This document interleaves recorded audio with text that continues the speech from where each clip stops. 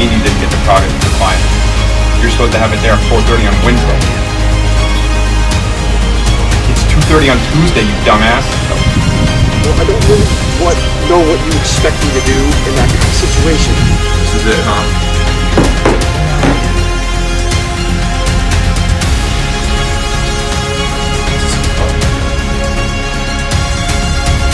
Where the fuck is the money?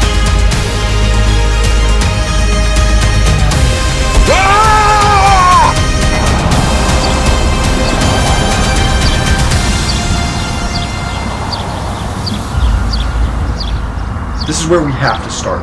We have to think outside the box because we have nothing. We don't even have a box to think inside of. Ready for this?